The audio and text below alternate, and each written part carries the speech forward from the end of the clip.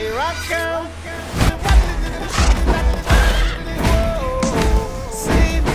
I come. The hell are you doing? That ain't nowhere to board a train, you damn stupid nigga. The Harder They Fall, ladies and gentlemen, the best movie, and I do mean the best, and that is considering Eternals. The best movie of the weekend, whether it was streaming or in the movie theater, was not Eternals. It was this classic right here. This was an instant classic on Netflix, The Harder They Fall. I'm going to explain to you guys why it was so good right now. If you're finding me for the first time, please subscribe to the channel. Please be sure to turn on those notifications so when I drop videos, you all get them. Please give me a like. If you ever want to connect with me on anything I cover on my channels, from the movies to TV shows to investing, if you ever want to do a one-on-one with me for investing, all you gotta do is just follow me on IG, send me a DM. Woo! Admit it. I'm lighting it with the blam blams.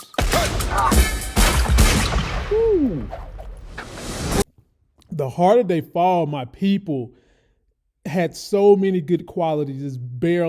I can barely get it all in one video. Number one, let's talk about the score, the soundtrack, because this thing was done by Jay-Z. So the music was great. Considering I'm not a Western type of guy, I didn't watch many Westerns growing up.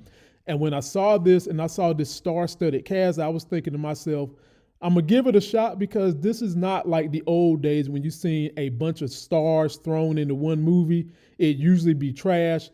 Well, this ain't my grandma's day for actors. This is a new day where when you see a lot of stars, you have potential for a great movie, and this movie definitely had that. It was directed by Jeymes Samuel, written by Samuel and Boaz Yakin, produced by none other than Shawn Carter, James Lassiter, Lawrence Bender. And ladies and gentlemen, just take a listen to this cast. Jonathan Majors, who in this thing looked ripped up like he was about to go on the bodybuilding stage. You know what this dude is doing. He is almost one of the best in the world right now. Who's doing better than Jonathan Majors? He's also involved in the MCU. Zazie Beetz. Now, the issue that we had with Zazie Beetz was the whole colorism thing, where she played Stagecoach Mary in this thing. And I hate to say this, but of all the performances in this thing, I would say hers was the most lackluster. But I mean, she did have a fairly decent role in the movie, and we'll get to that in a minute.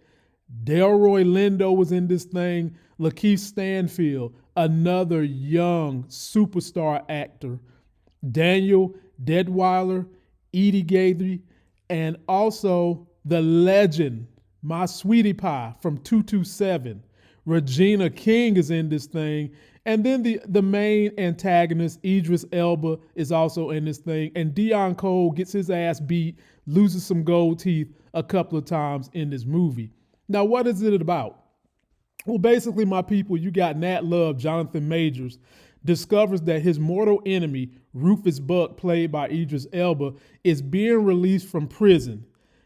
Some technicalities that, and when I say some technicalities, man, I do mean some technicalities that was found out by Regina King's character, Trudy Smith, was able to get him out of prison. And let's just talk about exactly why is Nat Love, Jonathan Majors, after him. Well, the movie opens up from the very beginning, my people. I mean, from the very beginning, you get action, crazy shootouts, because in the beginning, Rufus Buck comes in to the home where little baby Jonathan Majors, about 10 years old, is having dinner with his dad and his mom. And Rufus Buck comes in, shoots the mama twice, kills the dad, and then puts a permanent scar on the head of Jonathan Majors, a cross.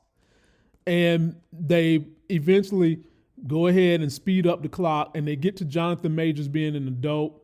And now he's realizing that Rufus Buck is about to get out of jail. And they start out with Jonathan Majors in a church killing somebody who was wanted.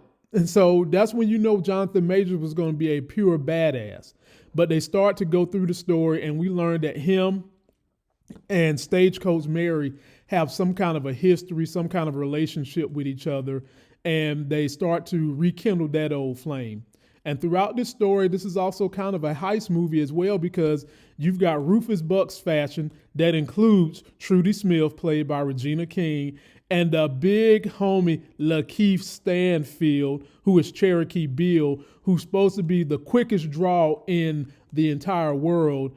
They're also heisting things from people, and along the way, they get someone that steals money from them, and come to find out this is all led by a crew dealing with Jonathan Majors' character, Nat Love. And so as we get through this thing, it all comes to a head where it is Rufus Buck's crew, Regina King's character, Trudy Smith, Cherokee Bill, LaKeith Stanfield, versus the crew of Jonathan Majors, which also includes Delroy Lindo, who winds up being a sheriff, and also Deon Cole's character, who was the sheriff of Redwood, but got that ass beat almost to death by Rufus Buck. He beat him with the end of a pistol, knocked out his gold teeth, and took over the town.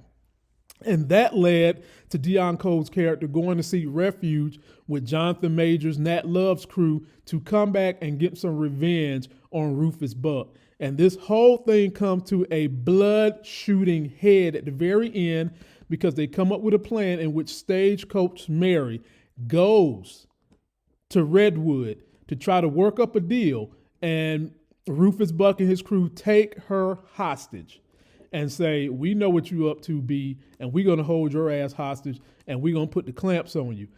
Only to find out that Nat Love really, really cares for Stagecoach Mary, and he wants this revenge.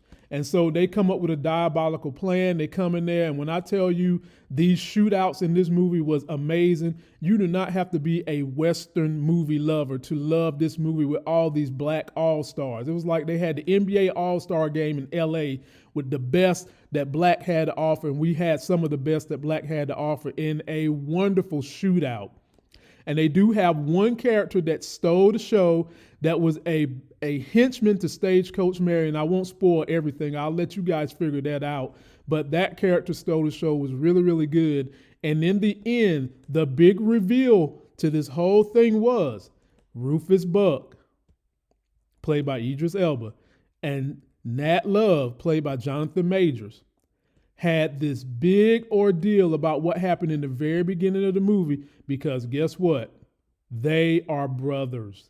The dad that was killed was the daddy of Rufus Buck, and the reason Rufus Buck did not kill Jonathan Majors playing Nat Love was because it was his brother. Instead, he wanted to brand him so he could know that he was around. And in the end, he kept telling him, look, Nat, can you kill your brother? Can you kill your brother? I killed my daddy because he did me dirty. And you know what Nat Love said? Nat Love said, F you. I'm killing you, Rufus Buck, because I love my mama. And you ain't had to kill the mama, which is probably why Nat Love shot him. But he shot the mama. Rufus Buck shot the mama and the daddy, and the revenge should have just been on the daddy. And Nat Love was like, man, the hell with this. I don't care that you is my brother. I love my mother. You killed her and dad, so I'm getting you for both of them. But ladies and gentlemen, for sure, this is a must-see. If you love Westerns, number one, it's a must-see. If you love good music, it's a must-see. If you love great black talent put together on Netflix, it's a must-see. But in general, if you like movies, period, you like good movies with lots of action, drama, and a plot twist, it is a must-see regardless of who you are.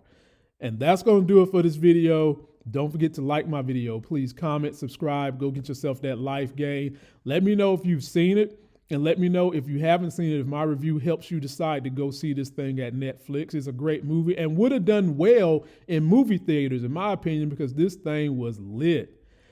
Follow me on IG. If you ever want to communicate with me, send me a message. Just follow me and then DM me. And until that next Sexy as Hell video, I'll see you.